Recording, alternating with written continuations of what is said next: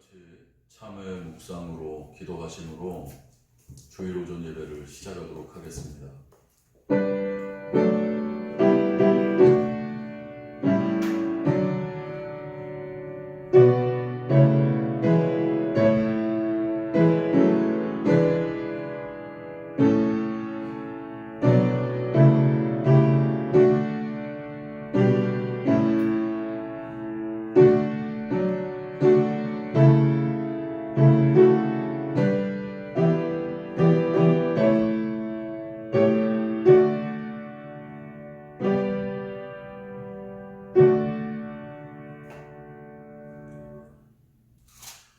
다 같이 찬송가 21장을 찬송하겠습니다.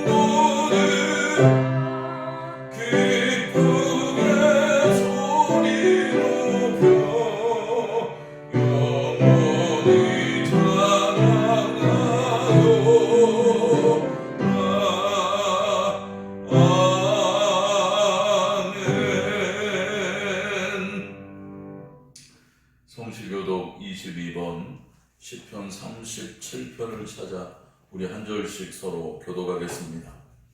성시교독 22번 시편 37편입니다. 악을 행하는 자들 때문에 불평하지 말며 불의를 행하는 자들을 시기하지 말지어다. 그들은 풀과 같이 속히 배임을 당할 것이며 푸른 채소같이 쇠잔할 것임이로다. 여호와를 의뢰하고 선을 행하라. 땅에 머무는 동안 그의 성실을 먹을거리로 삼을지어다. 또 여호와를 기뻐하라. 그가 내 마음의 소원을 내게 이루어 주시리로다. 내 길을 여호와께 맡기라. 그를 의지하면 그가 이루시고 내 의를 빛같이 나타내시며 내 공의를 정오의 빛같이 하시리로다. 여호와 앞에 잠잠하고 참고 기다리라. 자기 길이 형통하며 악한 꾀를 이루는 자 때문에 불평하지 말지어다. 함께 하겠습니다. 분을 분을 그치고 노를 버리며 불평하지 말라. 오히려 악을 만들 뿐이라. 아멘. 사도신경으로 신앙을 고백하겠습니다. 전능하사 천지를 만드신 하나님 아버지를 내가 믿사오며 그 외아들 우리 주 예수 그리스도를 믿사오니 이는 성령으로 잉태하사 동정녀 마리아에게 나시고 본디오 빌라도에게 고난을 받으사 십자가에 못 박혀 죽으시고 장사한 지 사흘 만에 죽은 자 가운데서 다시 살아나시며 하늘에 오르사 전능하신 하나님 우편에 앉아 계시다가 저리로서 산자와 죽은 자를 심판하러 오시리라.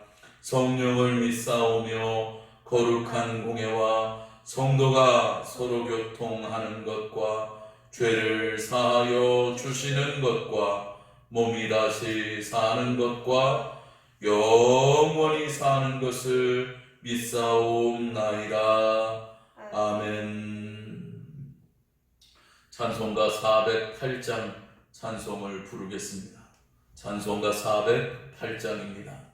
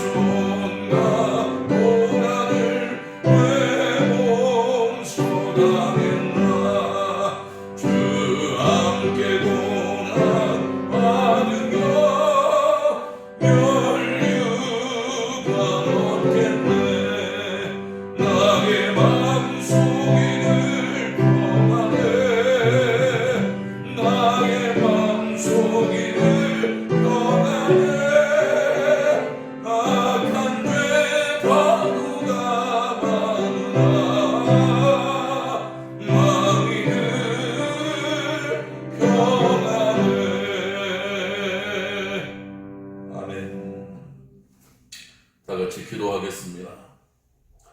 거룩하고 자비하신 은혜와 능력의 하나님, 부활의 소망 가운데 하루하루를 이기며 살 수 있도록 인도하신 하나님께서 오늘 거룩한 날, 거룩한 주일을 우리에게 기억하게 하시며 하나님 은혜 앞에 나와 예배할 수 있도록 인도하여 주셨으니 진심으로 감사를 드립니다.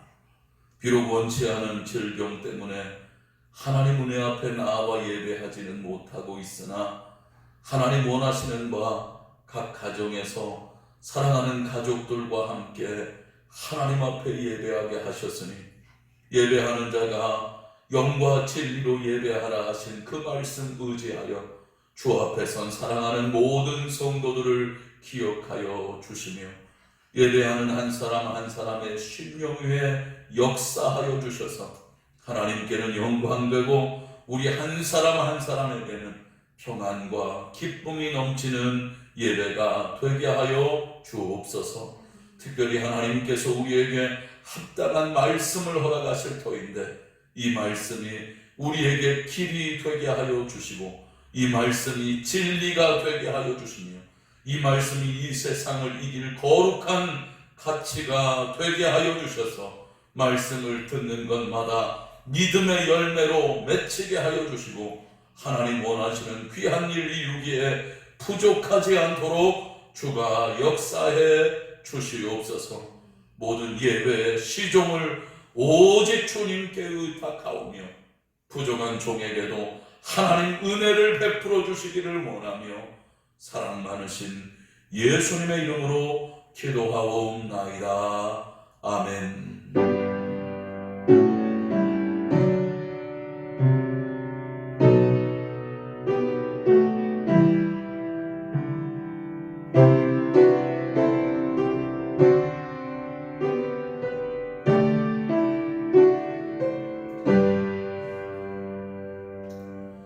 하나님의 말씀을 다 같이 찾겠습니다. 하나님 말씀은 마태복음 28장 9절과 10절 2절의 말씀만 우리 다 같이 찾겠습니다.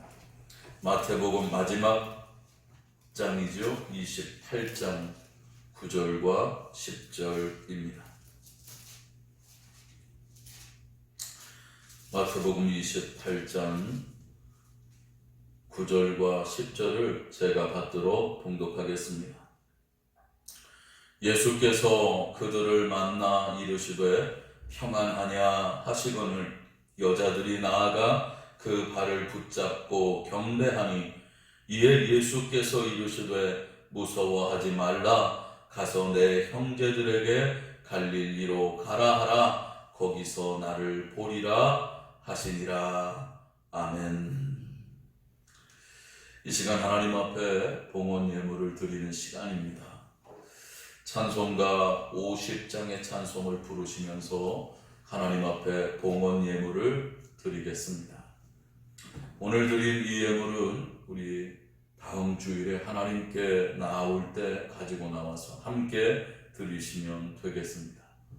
찬송가 50장을 찬송하겠습니다.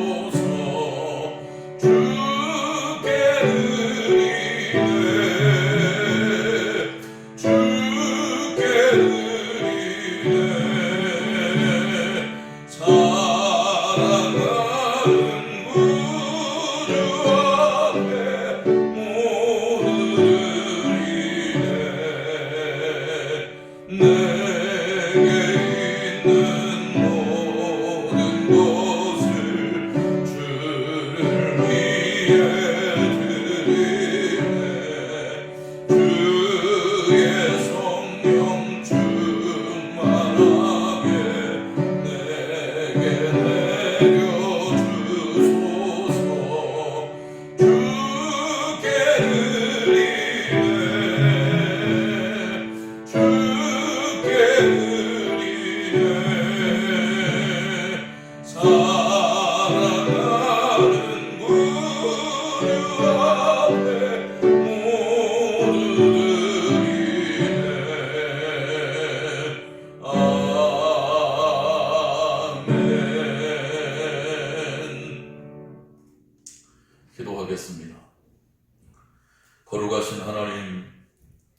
오늘 하나님 앞에 나아온 사랑하는 성도들이 하나님의 명령에 따라 빈손으로 나오지 아니하고 예물을 들고 나와 정성으로 하나님께 드렸습니다.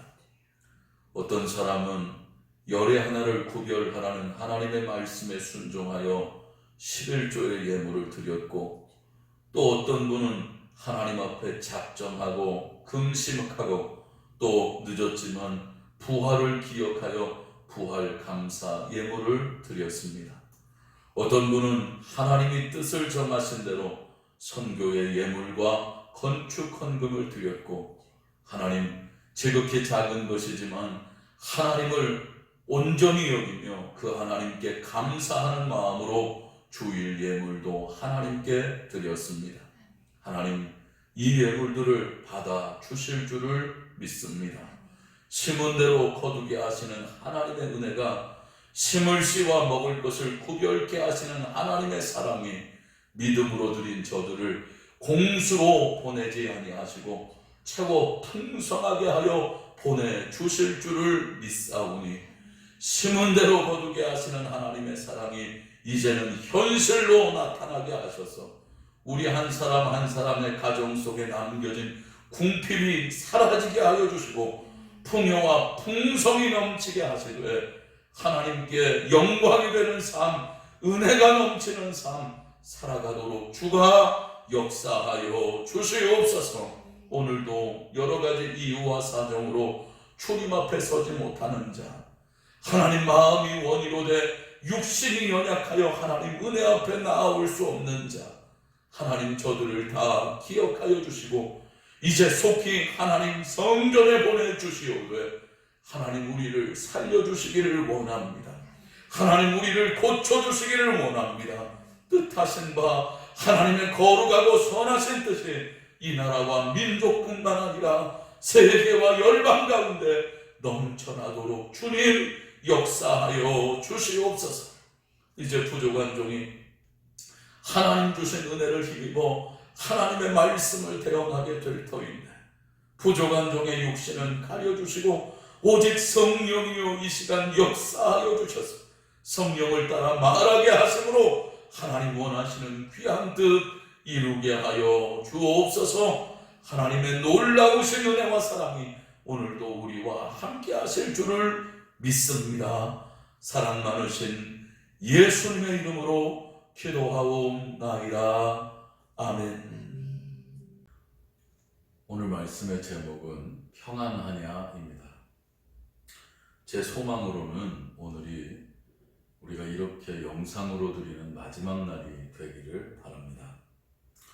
코로나19가 전 세계를 뒤덮고 있는 이때 여러분도 사랑하는 지인들을 만날 때가 있으시죠? 그때 그들에게 어떤 질문을 던지십니까? 알고 계신 것처럼 제 아들이 지금 천안에서 자취를 하고 있습니다. 전화통화하기가 쉽지는 않은데 전화통화가 되면 그때마다 제가 하는 질문이 늘 한결같아요. 밥은 먹었냐? 돈은 있냐? 혹시 열이 나거나 기침을 하지는 않냐? 전 이게 아버지로서 당연한 질문이라고 생각했습니다만 오늘 주님의 질문과는 차이가 있습니다. 오늘 본문의 말씀을 보니까 본문에서 주님은 사랑하는 지인을 만났을 때 이렇게 질문을 하시더라고요. 마태복음 28장 9절인데요. 예수께서 그들을 만나 이르시되 평안하냐 하시거늘 여인들이 나아가 그 발을 붙잡고 경배하니. 예수님의 십자가 죽으심을 목도하고 극도의 불안감에 빠져있는 여인들이 천사들을 통해서 예수님의 부활의 소식을 들었습니다. 당연히 그걸 그대로 확 믿었던 건 아니고 긴가민가한 상황에서 그 천사가 말했던 것처럼 제자들을 향해 달려가고 있었죠. 주님의 부활을 알리려고. 그런데 그때 그 여인들을 친히 만난 주님께서 그 여인들에게 이런 질문을 하신 겁니다. 평안하냐? 여러분 이해가 되시나요? 혹자는 그럴 겁니다. 아니 지금 이런 상황에서 그 상황에서 평안하냐라고 하는 게 말이 되는 겁니까? 몸은 어떠냐? 혹시 로마의 병사들이 너희들을 괴롭히지는 않더냐? 너희랑 같이 주님을 따랐던 사람들이 혹시 붙잡혀가지는 않았냐? 이런 질문을 해야 맞는 것 아닙니까? 아마 주님은 코로나19의 두려움 속에 이 예배하는, 그러면서도 긴가민가하고 있는 우리를 만나도 똑같이 물으실 겁니다. 평안하냐? 왜 주님이 평안을 물으셨을까? 당연한데요. 지금 우리에게 가장 필요한 것이 바로 마음의 평안이기 때문입니다. 아들이 떡을 달라고 하는데 돌을 줄 부모가 없다고 말씀하신 주님께서 아들이 생선을 달라고 하는데 뱀이나 전갈을 줄 부모가 없다고 하시는 주님께서 당연히 가장 좋은 것을 주신다고 약속하고 계신데, 이렇게 볼 때 주님께서 이 땅에 사는 우리에게 가장 좋은 것으로 허락하신 것이 바로 이 평안임을 깨닫게 됩니다. 왜냐하면 주님의 사역의 길을 뒤돌아보면 주님은 끊임없이 우리에게 평안을 선물하고 계시기 때문입니다. 주님의 사역의 현장에서 주님이 가장 많이 하셨던 말씀 중 하나가 바로 이 평안을 선포하시는 것입니다. 귀신에 들렸거나 질병에 메어진 사람들을 만나면 평안을 명령하셨습니다. 마가복음 5장 34절 예수께서 이르시되 따라 내 믿음이 너를 구원하였으니 평안히 가라. 누가복음 7장 50절 예수께서 여자에게 이르시되 내 믿음이 너를 구원하였으니 평안히 가라. 주님은 가정을 방문할 때에도 평안을 명하시고, 또 제자들에게도 너희가 가정을 방문할 때 꼭 평안을 명하라고 명령하십니다. 누가복음 10장 5절 어느 집에 들어가든지 먼저 말하되 이 집이 평안할지어다 하라. 특별히 세상을 향한 모든 사람들에게 주님은 반복하여 평안을 당부하십니다. 우리가 잘 아는 요한복음 16장 33절 이것을 너희에게 이르는 것은 너희로 내 안에서 평안을 누리게 하려 함이라. 세상에서는 너희가 환난을 당하나 담대하라. 내가 세상을 이기었노라. 주님이 얼마나 우리의 평안을 소망하고 있으셨는지, 심지어는 십자가의 고난을 당할 때 주님이 말씀하실 때마다 평안하라 평안하라 말씀하셨던 걸 기억했을까요? 로마의 병사들이 예수님을 조롱하고 때리면서 했던 말, 앞에 가서 서서 이르되 유대인의 왕이여 평안할지어다. 왜 주님은 이토록 우리에게 평안을 주시기를 원하셨을까? 그리스도인으로서 이 땅에 사는 동안 마음의 평안이 필요한 이유는 크게 세 가지입니다. 첫째요, 마음의 평안이 우리의 생명을 지키기 때문입니다. 잠언 4장 23절의 말씀, 무릇 지킬 만한 것 중에 더욱 내 마음을 지키라. 생명의 근원이 이에서 남이니라. 아멘. 사람이 살고 죽는 게 당장 우리 생각에는 있어야 할 것 있고 없어야 할 것 없어야 되는 것인 줄 알지만, 우리가 생각해보면요, 그 많은 재산을 가진 사람들, 그 많은 영광을 가진 사람들이 한순간 자살하는 경우를 우리는 숱하게 보곤 합니다. 그 일들을 통해 깨닫는 거요, 있어야 할 게 있다고 생명 못 지킵니다. 없어야 할 게 없다고 생명 지키는데 문제 생기는 것 아닙니다. 그러나 중요한 건 마음을 지키지 못하면 결국 생명도 잃게 되더라는 것입니다. 당연히 마음이 평안해야 생명을 지킬 수 있다고 말씀하고 있는 겁니다. 두 번째는 마음이 평안해야 그리스도인답게 산다는 겁니다.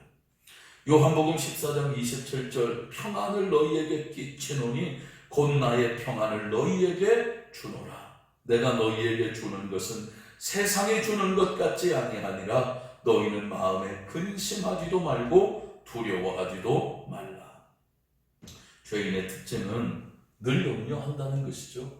또 죄인의 특징은 늘 두려워한다는 겁니다. 그러나 예수를 믿고 구원받은 그리스도인들은 다르게 살아요. 왜? 두려움을 이기기 때문이고 염려와 근심을 맡기기 때문입니다. 그리스도인은 두려움을 이기며 살아야 하고 그리스도인은 염려를 이기며 살아야 하기 때문에 그리스도인에게는 주님이 주시는 평안이 필요한 것입니다. 결국 평안해야 이 땅에서 그리스도인답게 살 수 있는 것입니다. 마지막 세 번째, 왜 평안이 필요합니까? 마음이 평안할 때 비로소 열매가 나타나기 때문입니다. 사도행전 9장 31절의 말씀, 온 유대와 갈릴리와 사마리아 교회가 평안하여 든든히 서가고 주를 경외함과 성령의 위로로 진행하여 수가 더 많아지리라. 아멘. 우리의 존재 목적은 우리를 통해 하나님의 영광을 찬송하는 데 있습니다. 다시 말해 우리를 통해 하나님이 영광을 받으시도록 사는 것이 우리의 목적이라는 것입니다. 과연 어떤 교회가 하나님께 영광의 찬송을 올려드릴 수 있겠고, 과연 어떤 성도가 하나님께 영광을 올려드릴 수 있겠습니까? 바로 평안의 교회, 평안의 성도입니다. 그들에게는 분명히 나타나는 열매가 있습니다. 그 열매가 바로 부흥의 열매입니다. 대표적인 평안의 교회가 바로 우리가 조금 전 읽었던 초대교회 아닙니까? 앞서 읽었던 말씀처럼 평안하여 든든히 서갔다라고 하는 말씀처럼 그들이 평안할 때 사람들은 그들을 통하여 하나님께 영광을 돌리게 되었고, 또한 믿는 자의 수가 더하는 역사들이 이루어지게 된 것입니다. 예수님을 제외하고 우리가 아는 가장 위대한 평안의 사람이 있습니다.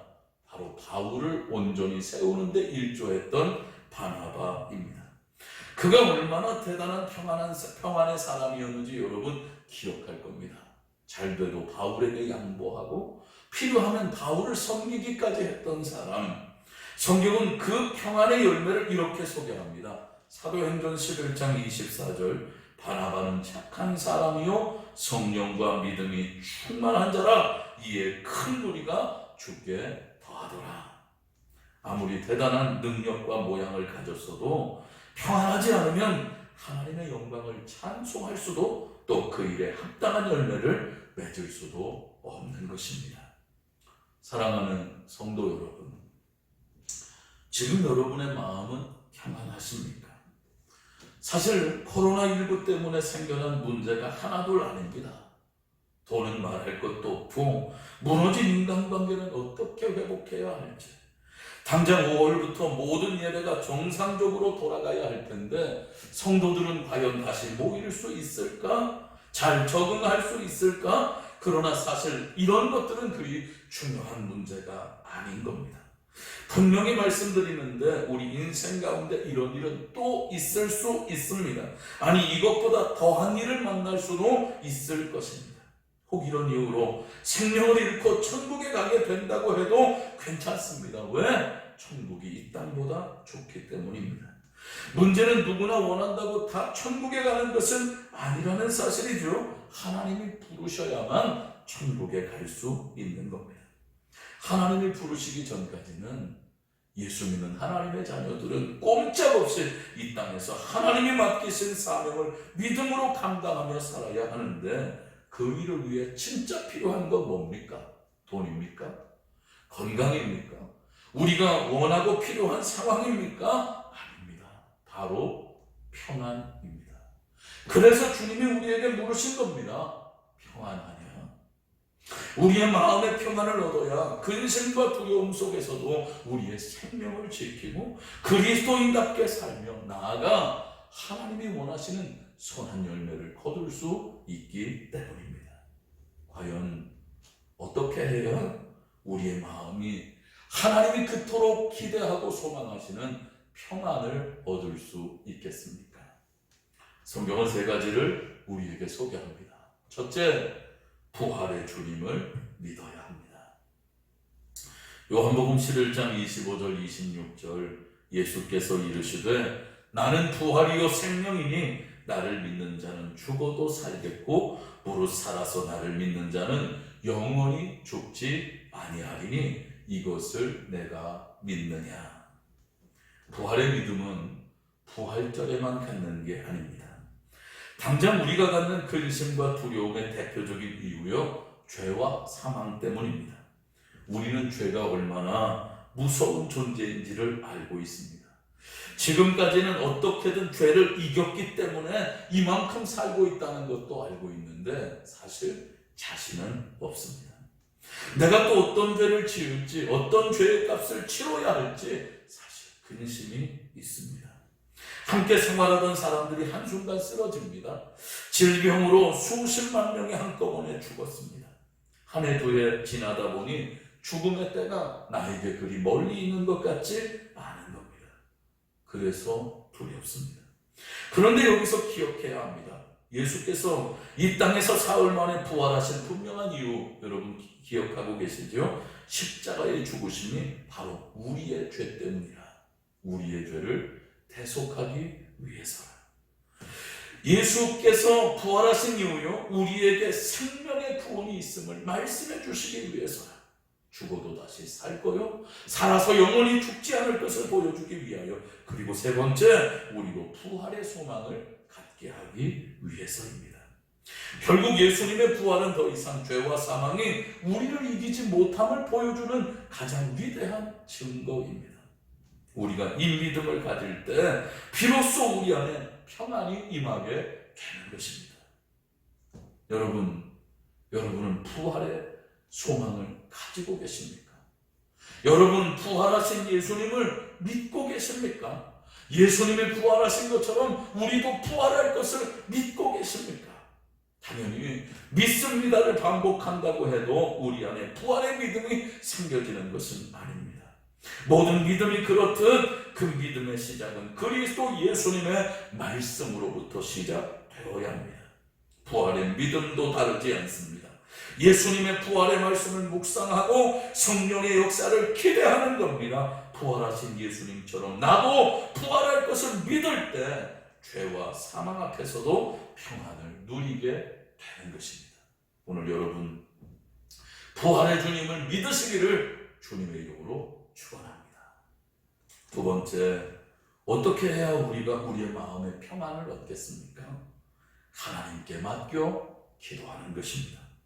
빌립보서 4장 6절, 아무것도 염려하지 말고 오직 모든 일에 기도와 간구로 너희 구할 것을 감사함으로 하나님께 아뢰라.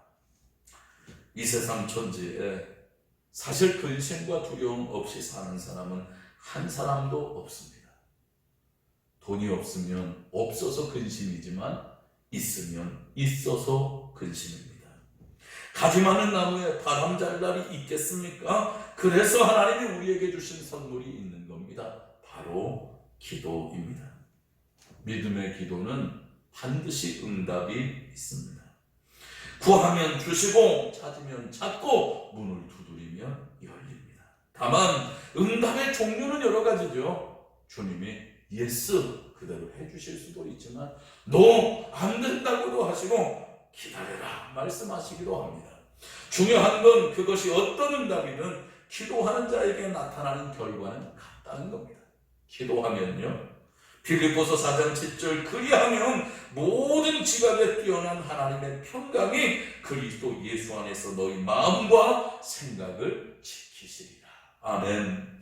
기도의 결과가 우리의 마음을 지키는 게 아닙니다. 내가 기도해서 그 기도가 하나님 마음에 부합하여 하나님이 내 마음을 평안하게 만들어 주시는 게 아닙니다. 오늘 어떤 문제이든 혹시 하나님이 안 된다는 대답을 주시는 기도라 할지라도 우리가 주님 앞에 나아가 내 마음을 다하고 정성을 다하여 주 앞에 기도하면 하나님이 내 마음과 생각을 지켜 마음의 염려, 생각의 근심이 사라져 우리의 삶에 평안이 임하도록 역사하여 주신다는 것입니다. 상황은 똑같은데 마음만 평안한 상태가 아닙니다. 하나님께서 기도하면 우리의 염려를 대신 지실 뿐만 아니라 이제 그 마음으로부터 평강이 임하고 하나님께서 그 일로 말미암는 역사를 시작하시는 것입니다. 하나님은 그럴 능력이 있으신 분이십니다. 코로나19를 위하여 여러분 기도하고 계십니까? 혹 교회에는 못 오시더라도 새벽을 깨우고 계십니까? 그럼 하나님이 역사하십니다. 먼저 우리의 마음에 평강을 주십니다. 그리고 실제 그것들을 만지십니다. 하나님은 그 문제를 충분히 해결할 만한 능력을 가지고 계십니다. 기도하십시오. 하나님이 우리 안에 위대하고 거룩한 평안을 허락해 주실 줄을 믿습니다. 마지막, 어떻게 해야 우리의 마음에 평안이 임하겠습니까? 우리의 평안을 해야 할 것을 제거하는 삶을 살아야 합니다. 고린도전서 3장 3절, 너희는 아직도 육신에 속한 자로다. 너희 가운데 시기와 분쟁이 있으니 어찌 육신에 속하여 사람을 따라 행함이 아니리요. 모든 근심과 두려움이 다 밖에서부터 들어오는 것은 아닙니다. 죄와 사망의 문제는 나 때문에 시작된 것이 아니죠. 오직 첫사람 아담으로부터입니다. 코로나19 역시 나 때문이라고 말하기는 무리가 있습니다. 누군가의 문제로 시작되었을 것입니다. 그런데 이렇듯 모든 평안이 나와 상관없는 것 때문에 우리의 삶에서 깨어지는 것은 아닙니다. 때론 평안을 해야 할 문제를 스스로 만들 때가 있습니다. 거짓말해보세요. 그러면 그때부터 내 속에 평안이 사라집니다. 누군가를 미워해 보십시오. 그러면 그때부터 우리의 심령에 평안은 깨어지기 시작하는 것입니다. 실제 고린도 교회는 성도들 간의 시기와 분쟁으로 말미암아 평안이 깨어졌습니다. 왜 교회 안에 시기와 분쟁이 존재해야 합니까? 나보다 남을 낮게 여기라는 주님의 말씀을 제대로 따르지 않았기 때문입니다. 신앙생활의 시작은 우리가 잘 알듯 오직 예수님을 따르는 것입니다. 누가복음 9장 23절, 또 우리에게 이르시되 아무든지 나를 따라오려거든 자기를 부인하고 날마다 제 십자가를 지고 나를 따를 것입니다. 자기를 부인하지 않고는, 또 자기 십자가를 지지 않고는 결코 따라갈 수 없는 것이 신앙생활이라면, 만일 여기서 나를 부인하라는 이 말을 순종하지 않았다면 어쩌면 또 다른 시기와 분쟁이 존재하게 될 것입니다. 네 십자가는 왜 그 모양이냐? 네 십자가는 왜 이렇게 쉬워 보이냐? 그러나 자기를 부인하는 그 순간 우리의 평안을 깨뜨리는 시기와 분쟁은 사라지게 될 것입니다. 사랑하는 가나안 교회 성도 여러분, 오늘도 주님은 우리에게 물으십니다. 평안하냐? 주님의 관심은 오늘도 우리 마음의 평안에 있습니다. 당장 신경 쓰고 살아야 할 것이 많다는 것 압니다. 고민하고 괴로운 일도 있다는 것 압니다. 그러나 그것보다 먼저 필요한 것은 우리 마음의 평안입니다. 마음이 평안해야 생명을 지킵니다. 마음이 평안해야 그리스도인답게 살 수 있습니다. 마음이 평안해야 비로소 선한 열매가 맺히는 것입니다. 부활의 주님을 믿으십시오. 그리고 하나님께 맡겨 기도하십시오. 당연히 평안을 깰 만한 인생의 문제들을 제거하십시오. 오늘 하나님께서 우리에게 평안을 허락하실 줄을 믿습니다. 이제 저와 여러분이 사랑하는 지인을 만날 때에도 우리의 질문이 바뀌어지기를 소망합니다. 밥은 먹고 다니냐? 돈은 있냐? 혹시 열이 나거나 기침이 나는 건 아니냐가 아니라 내 마음이 평안하냐? 하나님이 주시는 평안을 누리며 사는 저와 여러분이 될 수 있기를 주님의 이름으로 축원합니다. 기도하겠습니다. 거룩하신 하나님, 은혜와 자비의 아버지, 눈앞에 펼쳐지고 보여지는 것이 전부인 것처럼 살아가는 우리의 단순하고 아둔한 삶을 깨닫게 하여 주셔서 오늘도 우리의 마음의 평안을 위하여 애쓰시는 주님의 그 부르짖음을 기억하게 하시사 마음의 평안을 위하여 하나님 우리에게 요구하고 원하시는 바 믿음을 지켜 살아가도록 주님 역사하여 주시옵소서.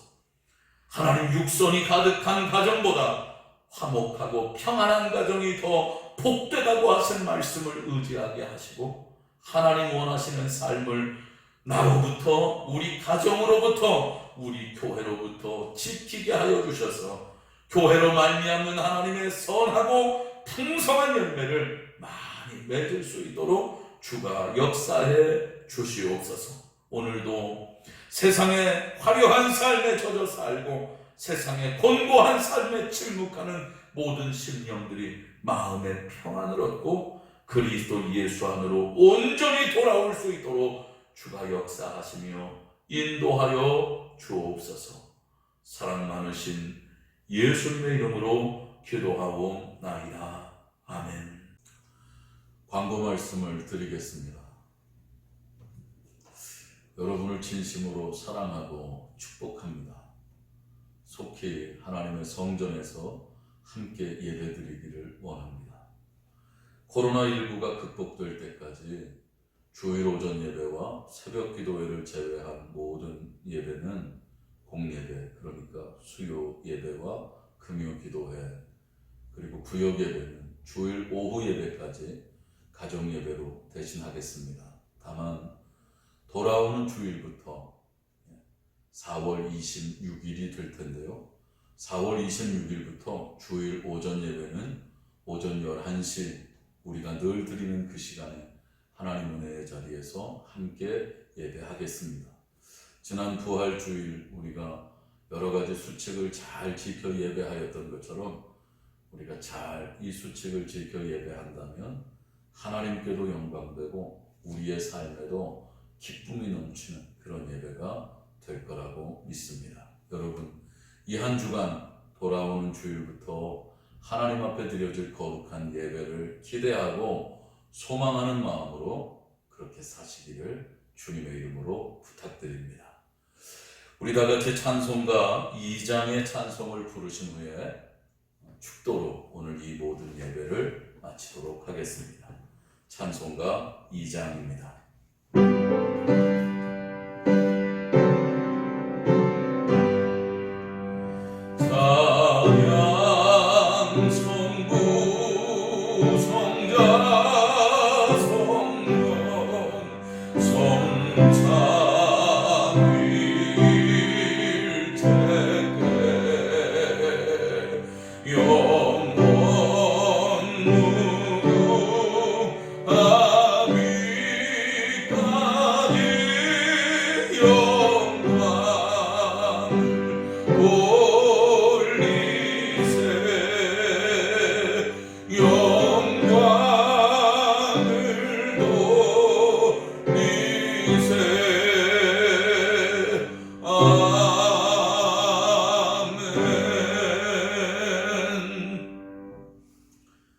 이제는 우리 주 예수 그리스도의 은혜와 아버지 하나님의 극진하신 사랑하심과 성령님 우리 속에 내주하셔서 우리를 인도하시는 이 모든 역사하심이 이제 마음의 평안을 누리며 그 평안함 속에서 살기를 작정하는 사랑하는 모든 성도들 머리 위에 이제로부터 영원까지 함께 계시기를 나사렛 예수님의 이름으로 간절히 축원하옵나이다.